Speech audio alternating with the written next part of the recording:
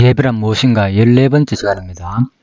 자, 지난번에는 성도들의 예배 부분을 다뤘습니다. 성도들의 예배 가운데서 서론 부분입니다. 신약시대의 성도들의 예배는 교회의 머리 되신 그리스도께서 예배를 근본으로 삼는다. 자, 이 내용을 포도나무 가지 비유를 통해서 다뤘습니다. 일반적으로 이 부분에서는 많은 사람들이 어려워합니다. 왜 그런가 하면 15장 2절 부분에서 가지를 재버린다는 말이 있기 때문에 열맺지 않는 가지는 그런데 또 15장 4절에 의한다면 요한복음 또 포도나무 가지에 붙어있던 또 가시를 많이 또 맺는다 그러니까 다 이게 무슨 말인가. 그래서 상당히 이제 여기서 극렬하게 대립하고 있습니다. 지금 신학계에서 이 부분에 대해서. 그래서 알미니안주의와 칼빈주의가 대립하고 있고, 그래서 또 중간에서 뭐 세미 칼빈도 나오고 여러 가지 이제 해석이 나오기 때문에 일단 머리 대신 예배란 것은, 예배라 하면 우리가 뭐 특정한 장소에서 우리가 당연히 주일날이고 평소에 내가 다 주체가 돼가 드리는 걸 생각하는데, 바로 원어적으로 살펴볼 때는 바로 우리가 하는 것이 아니고 희생봉사를 뜻하는 것이고, 바로 그 희생봉사는 바로 그리스도의 종을 말하는 것이고, 우리가 노예처럼 당연하게 이거는 강조형이 되어가지고 당연히 예배 그 자체가 우리가 하나님의 택함을 받은 성도는 그런 삶을 살게 된다는 뜻도 우리 의에서도 살펴봤습니다. 말의 뜻에서. 그렇다면 당연히 이제 성도들의 예배도 바로 그리스도의 예배도 당연히 예수 자신이 드린 예배라면, 성도들의 예배도 바로 지체된 신약시대 성도들의 예배는 교회의 머리 대신 그리스도께서 예배를 근본으로 삼는다. 그래서 머리를 떠나서는 예배를 제대로 드릴 수 없다는 말입니다. 자, 그래서 우리는 이제 그 포도나무 가지에 불과하기 때문에 바로 그 머리를 떠나서는 이 포도나무가 그 몸통을 떠나가지고 이 가지가 열매를 맺을 수 없잖아요.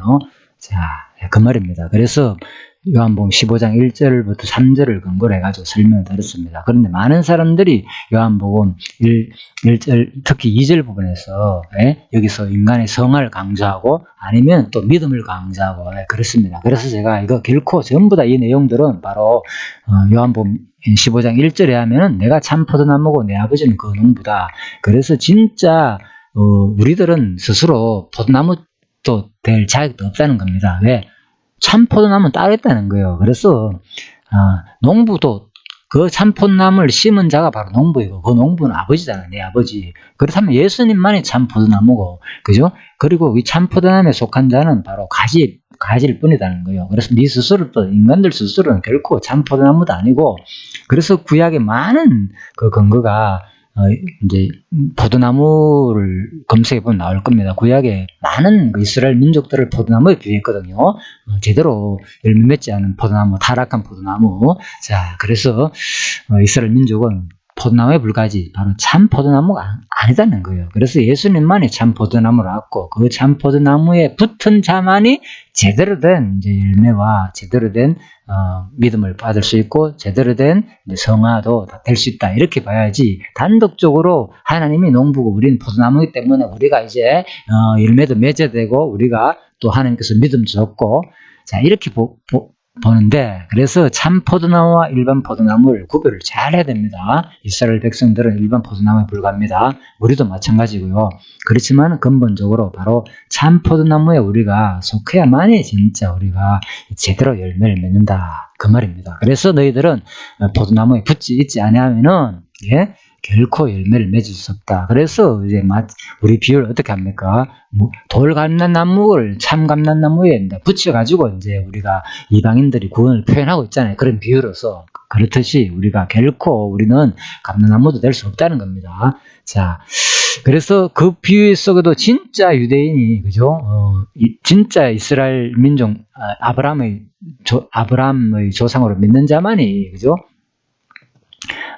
그냥 표면적으로만 한 것이 아니다 그랬잖아요. 이면적으로 진짜가 이스라엘 백성이고 아브라함의 자손이 되는 거고, 진짜가 감람나무가 된다는 겁니다. 전부 다. 그래서 성경에 나오는 것들은, 이제 우리는 포도나무이지 진짜 참 포도나무가 되려면 이 가지에 반드시 붙어 있어야 된다. 그 말을 설명드렸습니다. 그리고 그 주체도 바로 오직 성령, 바로 하나님이고, 그죠? 농부이고, 예수님이 바로 주체가 되고, 또 열매를 맺는 것도 바로 성령께서 열매를 맺게 한다. 자, 이렇게 설명드렸습니다. 그런데 그 내용이 이제 많은 사람들이 저절로 맺으려고 하다 보니까, 자기가 하려고 보니까 조금 더 알미니언주의가 칼빈주의로 이제 극명하게 지금 대립되는 신학계가 흐름이 그렇다는 것 설명을 드렸는데요. 그런데 그렇다면 이 내용은 도대체 이제 강민재 교수는 도대체 이것을 어떻게 해석하고 있고, 또 계시종 교수는 어떻게 해석해야 되는지를 지금 이 시간에는 살펴보도록 하겠습니다. 자, 일단 그걸 우리가 해석하기 전에요. 먼저 마태복음 5장을 잠깐 봐야 됩니다. 왜 그런가 하면요. 자, 마태복음 5장 38절에 42절을 보면 이런 말을 했습니다.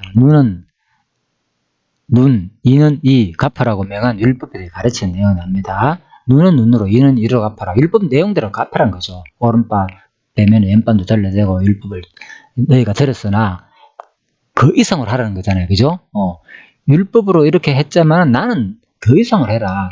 똑같이 하지 말고 나는 너에게 이러느니 악한 자를 대적지 말라. 누구든지 내 오른밤 치거든 왼밤도 들려대라. 쏘고 달라고 하면 그도까지 주고, 또 오리 가자 하거든 심리까지 가라. 내게 구하는 자를 주면 내게 꾸자 하는 자에게 거절하지 마라.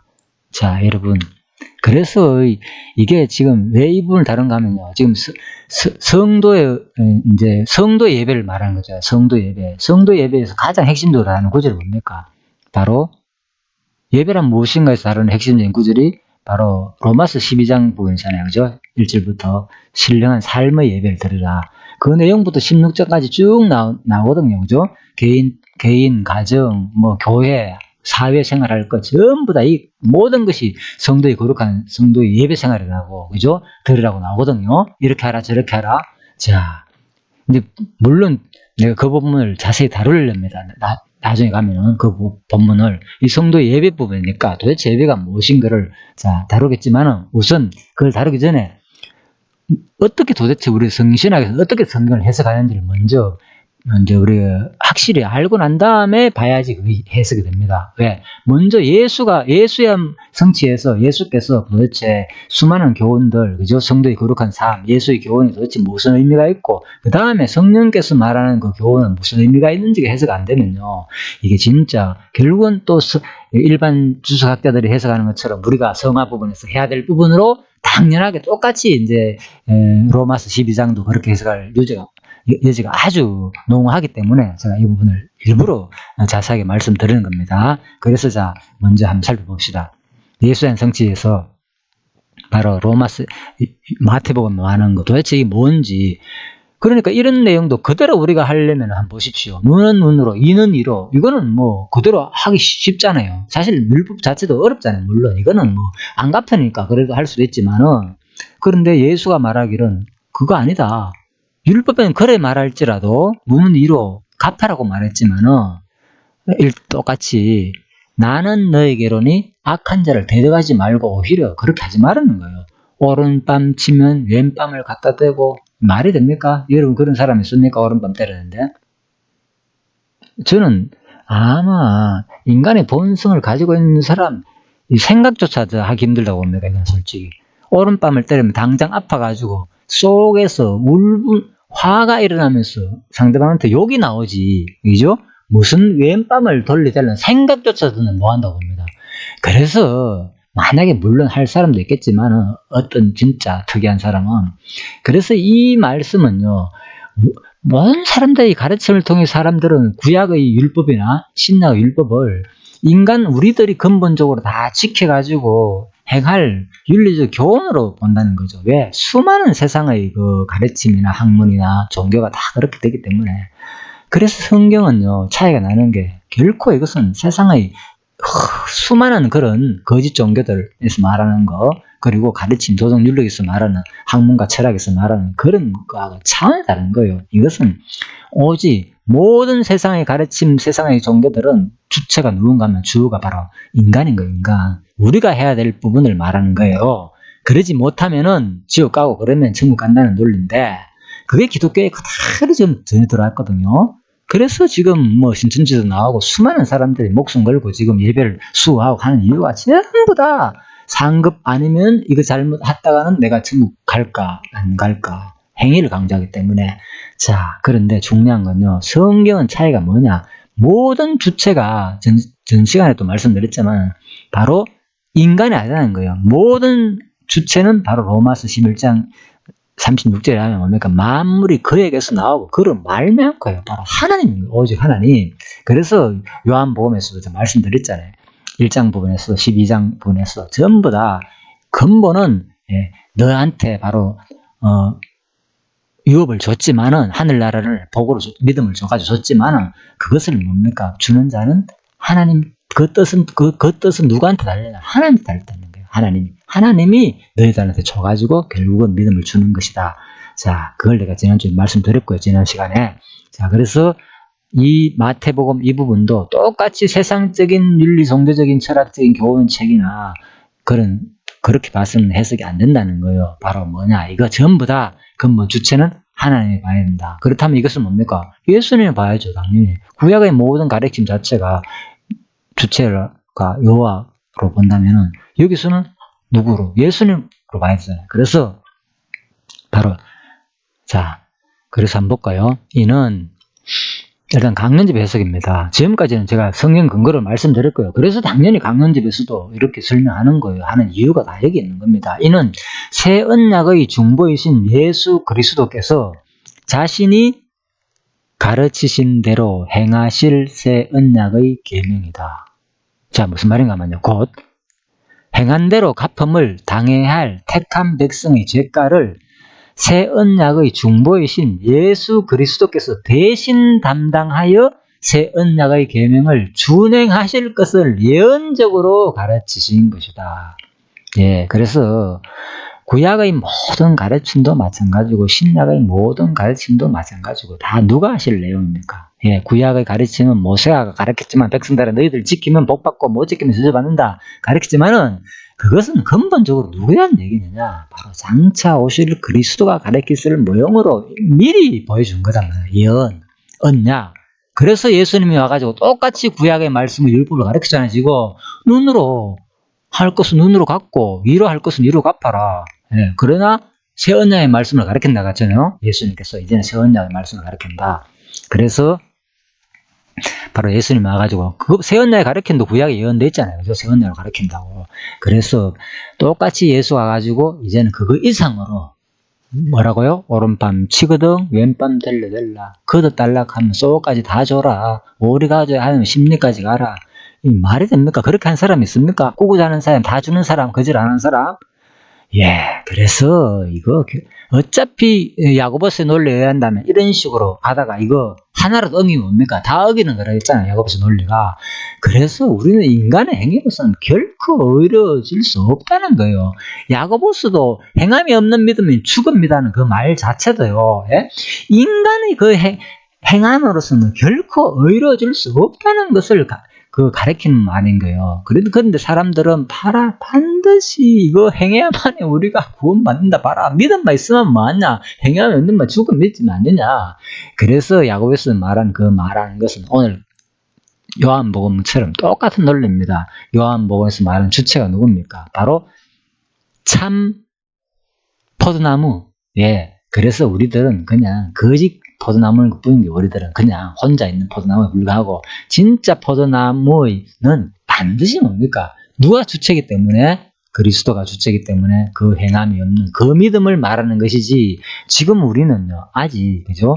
내 혼자 이스라엘 백성들의 행함이 100% 다 있습니까? 율법을 100% 다 지킨 사람이 있습니까? 없잖아요. 그러면 이스라엘 백성들 다 지옥 갔겠네요. 지금 우리도 마찬가지고 예수님처럼 지금 이 말에 의하면 똑같이 이거 100%다 행한 사람이 있습니까? 하나를 어기면 어차피 다 어기는 건데. 그래서 성경의 논리는 뭘 말하는가 하면요. 인간의 행위로서는 결코 온전화될 수 없다는 것을 알려주는 게 성경 말씀인 거예요. 결코 너희들을 행함으로서는 구원받을 수 없다. 그것이 숨겨져 있다는 거예요. 숨겨져 있어. 비밀로서. 그래서 이것은 누구의 얘기냐. 전부 다 주체가 바로 하나님께서 행하실 것을 미리 다시 볼까요? 이는 새 언약의 중보이신 예수 그리스도께서 자신이 가르치신 행위대로 행하실 새 언약의 계명이다. 예수께서 행하실 것을 가르친다는 거예요. 그대로 중보자로 와가지고 우리는 뭐 한다는 거예요? 중보자는 거잖아요. 역할은 그죠? 인간이 뭐 하는 것을 중보로 대신화가 해주는 거잖아요. 그래서 중개 역할을 해주는 거, 곧 행한 대로 갚음을 당해야 할 택한 백성의 죄가를 새 언약의 중부신 예수 그리스도가 대신 담당하여 새 언약의 계명을 준행하실 것을 예언적으로 가르친 것이다. 그래서 이 가르침은요, 우리가 직접 이렇게 해야만이 구원 온다는 걸 가르치는 게 아니고요, 바로 예수님께서 자기 자신이 이렇게 할 것을 미리 사람들한테 알려주는 말씀이라는 거예요. 그렇다면은 구약만 이게 예수의 성취 부분만 그렇겠습니까? 사복음만 아니겠죠.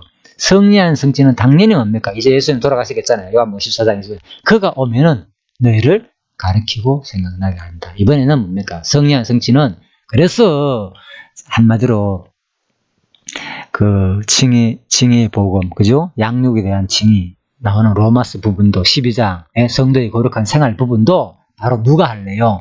성령께서 가르치시고 결국은 가르쳐줌으로 성령께서 친히 성취할 내용을 미리 알려주는 내용으로 봐야 된다는 거죠.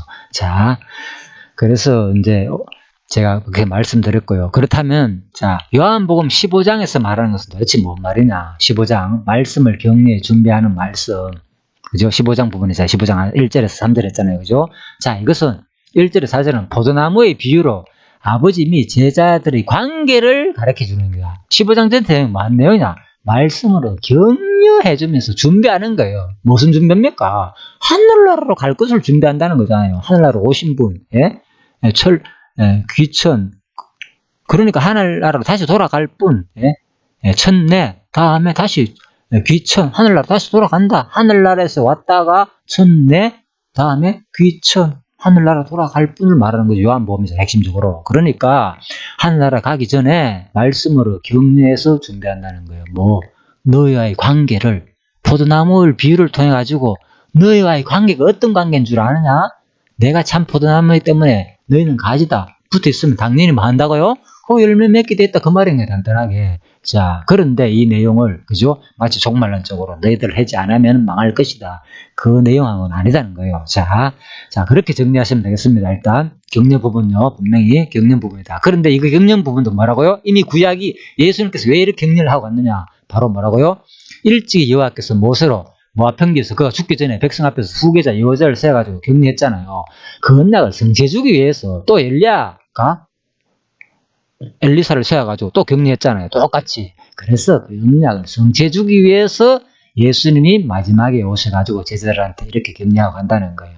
놀랍죠? 그래서 성경은 철저하게 언약하시고 성취하는 내용이다. 그래서 언약하고 성취하시는 뭐 하는 거? 바로 살아계신 여호와를 계시해 주시는 말씀이다. 이렇게 볼 수 있습니다. 그래서 바로 포도나무 비유로 하나님께서 제자들과의 관계를 가리키는 이 내용도 바로 15장 포도나무 비유는 열매 맺는 것이 핵심 내용이 아니라 귀천을 두려워하는 제자들에게 포도나무와 가지가 하나인 것처럼 아버지와 제자들의 관계가 하나임을 가르쳐 격려함으로 귀천을 준비하는 내용으로 볼 수 있습니다.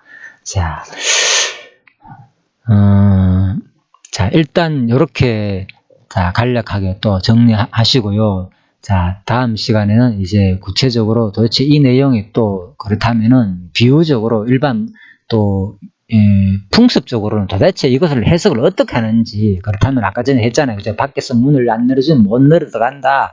자, 그런 문화적 환경 속에서 막 성경을 해석하기도 하는데, 그죠?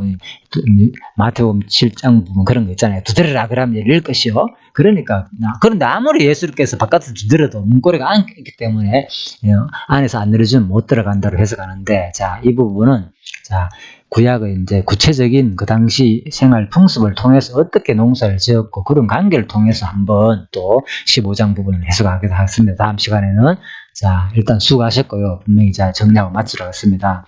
그래서 지금 살펴본 내용이 한다면 이번 시간에는 이제 강론집을 계기로 강론집을 중심으로 살펴봤습니다. 강론집을 중심으로 살펴본 결과 바로 이것은 뭡니까? 이미 똑같이 우리가 할 것이 아니고 우리가 모든 것을 지킬 것이 아니고 예수님의 가르침에 의한다면 전부 다 바로 이제 요한복음도 마찬가지고 15장 부분도 마찬가지고 마태복음도 마찬가지고, 그래서 마태복음을 먼저 말씀드리는 겁니다. 15장 부분에서 설명 안 했기 때문에 마태복음 부분에서 이렇게 해놨기 때문에 바로 이는 새 언약의 중부신 예수 그리스도 자신이 가르치실 대로 행하실 새 언약의 계명이다. 곧 행한 대로 갚음을 당해야 할 택한 백성의 죄가를 새 언약의 중보신 예수 그리스도 대신 감당하여 새 언약의 계명을 준행하실 것을 미리 예언적으로 가르친 내용이다. 그래서 미리 이 부분도 마찬가지고 미리 다 예수가 주체가 돼가지고 모든 것을 행하실 내용을 예언적으로 가르치는 말씀이다. 그래서 성도들의 예배 부분도 성리한 성취도, 그죠? 포도나무 비유를 볼 때, 그죠? 성리한 성취도 바로 로마서 12장에 나오는 그 부분도 우리가 주체가 돼가지고 성도의 거룩한 삶의 예배를 드리라는 것이 아니고 누가?